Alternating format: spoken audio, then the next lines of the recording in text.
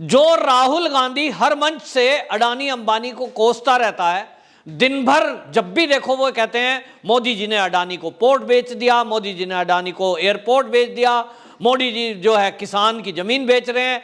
वो राहुल गांधी जयपुर में एक रैली करते हैं और वो रैली उन्होंने की महंगाई बचाओ महंगाई हटाओ के नाम पर, और उस रैली में उन्होंने बोला देश के प्रधानमंत्री 24 घंटे यही सोचते हैं, सुबह उठते ही कहते हैं कि आज अडानी को मैं क्या दूं।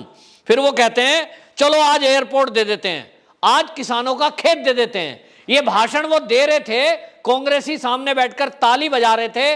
मंच पर प्रदेश के मुख्यमंत्री अशोक गहलोत बैठे थे और वही अशोक गहलोत जयपुर की इस रैली के मात्र 3 दिन बाद उन्होंने अडानी की कंपनी से समझौता किया और किसानों की हजारों हेक्टेयर जमीन राजस्थान में लीज पर दे दी, वहीं सरकारी जमीन भी लीज पर दे दी।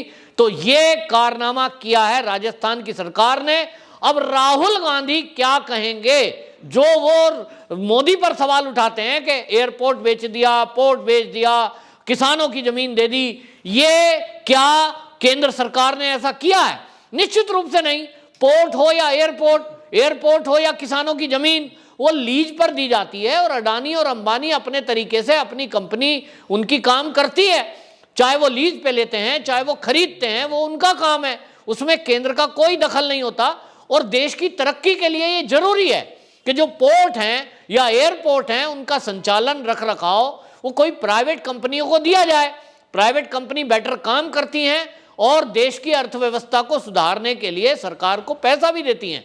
केंद्र सरकार ऐसा करे तो राहुल गांधी सवाल उठाते हैं, लेकिन कांग्रेस की सरकार ऐसा करे राहुल गांधी गायब हो जाते हैं। अब राहुल गांधी से भारतीय जनता पार्टी के नेता सवाल पूछ रहे हैं कि राहुल जी आप जो झूठ फैलाते हो देश में, किसानों की जमीन मोदी ने बेच दी, एयरपोर्ट बेच दिया, रेलवे बेच दिया, ये झूठ बोल बोलकर जो देश में भ्रम फैलाया जा रहा है। राजस्थान में अशोक गहलोत के द्वारा जो जमीन अडानी को दी गई है, इस पर आप क्या कहेंगे? हालांकि आपको बताएं जो अडानी है, उन्होंने अडानी का ग्रुप है जिन्होंने 1600 हेक्टेयर जमीन लेने का फैसला किया है। 1600 हेक्टेयर जमीन राजस्थान सरकार अडानी की कंपनी को देगी, जिसमें 1500 मेगावाट का सोलर पार्क बनाने का एक विचार है उनका। जॉइंट वेंचर कंपनी अडानी की है जो राजस्थान सरकार और अडानी के साथ मिलकर के वो कंपनी बनी हुई है।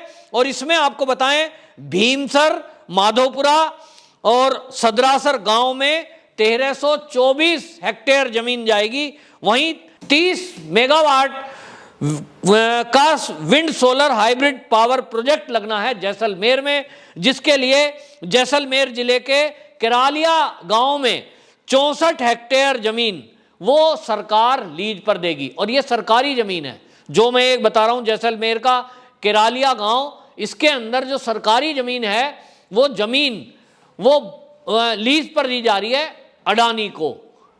और ये जो काम है, अगर इसको राहुल गांधी की भाषा में कहें या मैं कहूं राहुल गांधी से सवाल पूछा जाए, क्या कांग्रेस की सरकार ने राजस्थान के किसानों की जमीन को बेच दिया? अडानी को क्यों बेचा? और अगर बेचा तो राहुल गांधी जवाब दें कि फिर प्रधानमंत्री नरेंद्र मोदी या बीजेपी की सरकार पर जब वो सवाल उठाते हैं, क्यों उठाते हैं? क्या वो जानबूझकर इस देश में भ्रम की स्थिति पैदा करना चाहते हैं? क्या वो झूठ बोलकर सत्ता में वापस आना की सपना देख रहे हैं? वो ऐसी बातें क्यों करते हैं जो इस देश में हुई नहीं है? लेकिन आपको बताऊं, राहुल गांधी जिसको हम सोचते हैं कि वो एक मजाक का पात्र बने हुए हैं, बहुतों को लगता है कि अभी वो मैच्योर नहीं है, लेकिन वो एक बहुत सोची समझी रणनीति के तहत जो भी प्रहार करते हैं केंद्र सरकार और मोदी पर, उसके पीछे एक बहुत बड़ी सोच होती है। और वो सोच ये है कि जब मीडिया उनको कवर कर रहा होता है, चाहे वो ट्वीट करें, चाहे वो प्रेस कॉन्फ्रेंस करें, चाहे वो किसी रैली में बोलें, वो ऐसा झूठ बोलते हैं कि वो झूठ कांग्रेसियों का जो आईटी सेल है उसके द्वारा पूरे देश में प्रचारित किया जाता है। और आज मैं बताऊं आपको, गांव के अंदर ये आम चर्चा है।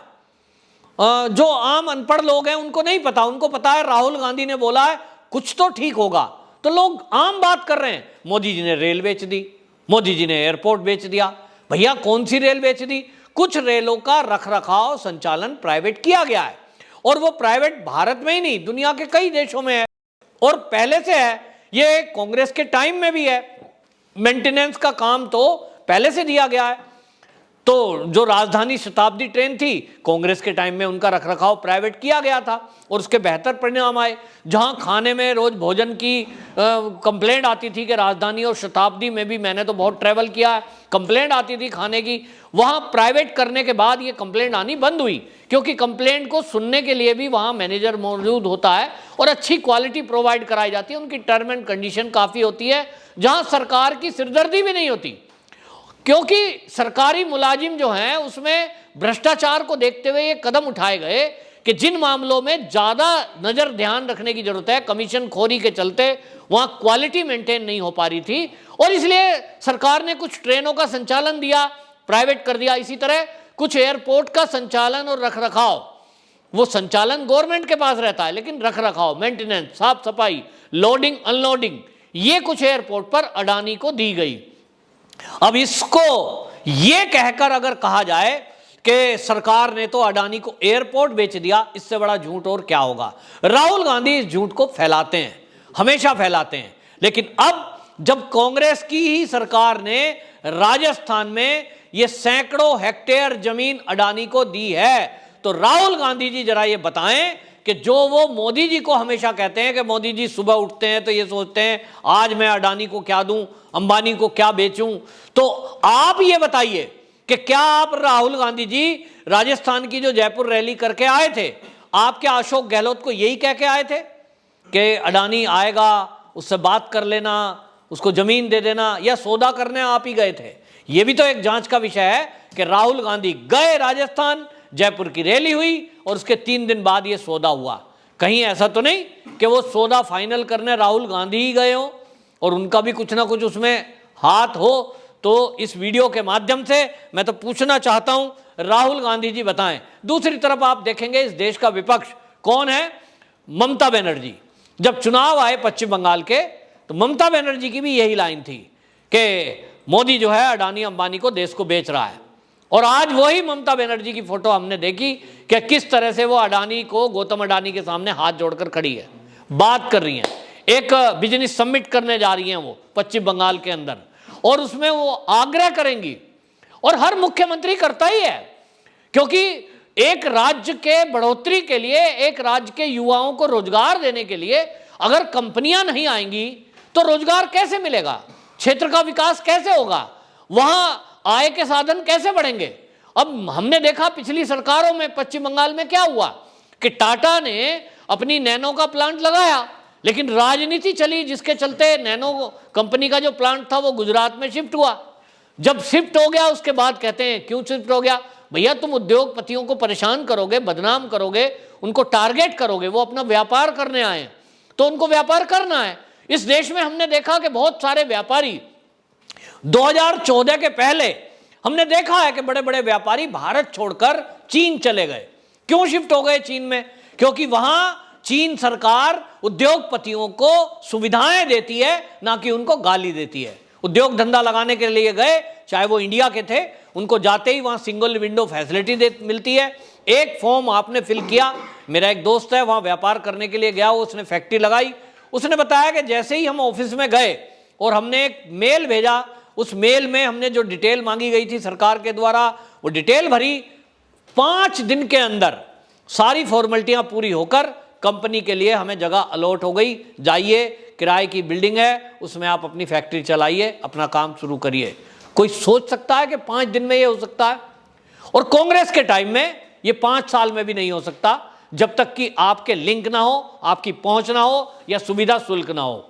ये हुआ है और इसके कारण कई उद्योगपति भारत से छोड़कर अन्य देशों में चले गए। आज ये चाहते हैं कि अडानी अंबानी जैसे बड़े जो उद्योगपति हैं वो भारत में क्यों आ रहे हैं, भारत में इन्वेस्ट क्यों कर रहे हैं। इनको दर्द है, इनको भारत की तरक्की से दिक्कत है। इनको मोदी के द्वारा जो विजन चल रहा है कि वोकल फॉर लोकल, ये जो नारा दिया हुआ है, और आत्मनिर्भर भारत का नारा जो मोदी जी ने दिया हुआ है, जिसके तहत वो छोटे छोटे उद्योगों को खड़ा कर रहे हैं, वहीं जो युवा हैं इस देश के, उनको मोदी सरकार आह्वान कर रही है और अभी तो सेमी कंडक्टर के बारे में भी गवर्नमेंट ने, केंद्र सरकार ने अरबों रुपए का बजट रखा है, क्योंकि उसमें इन्वेस्टमेंट होता है, पहले पैसे ज्यादा लगते हैं।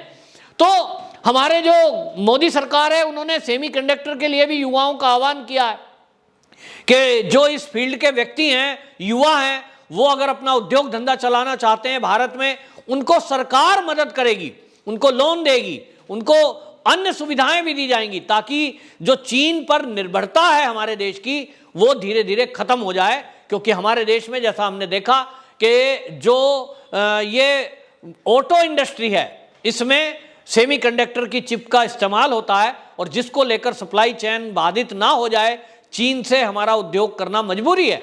और इसीलिए भारत चाहता है कि हमारे भारतीय उद्योगपति जो हैं वो हर उस फील्ड में आए जिसके लिए हम चीन पर निर्भर हैं। इसी तरह से हमने देखा कि जियो को लेकर 5G लॉन्च होने की बात आई थी, और 5G लॉन्च हो रहा था रिलायंस का, और इस रिलायंस के जो लॉन्च होने में जिस तरह की बातें सामने आ रही थी कि इसको लेकर जो है मुकेश अंबानी बाकायदा इस पर काम कर चुके हैं, काफी हद तक चीन को दिक्कत हुई और उसने बाकायदा यहां अपने एजेंटों को एक्टिव किया, और हमने देखा फिर क्या हुआ, पंजाब में जियो टावर के कनेक्शन काटे गए, राजनीति हुई, ये नुकसान पहुंचाया गया हमारे देश के उद्योगपतियों को। बिल्कुल ये ठीक ऐसा है कि जैसे हमारे परिवार में कोई किसी साजिश के तहत किसी के बहकावे में आकर अपने भाई कोई ऊपर हमला करे, उसका नुकसान करे, तो ये राहुल गांधी हैं, ये केवल हमला करते हैं क्योंकि चीन ने इनको शायद कहा हुआ है,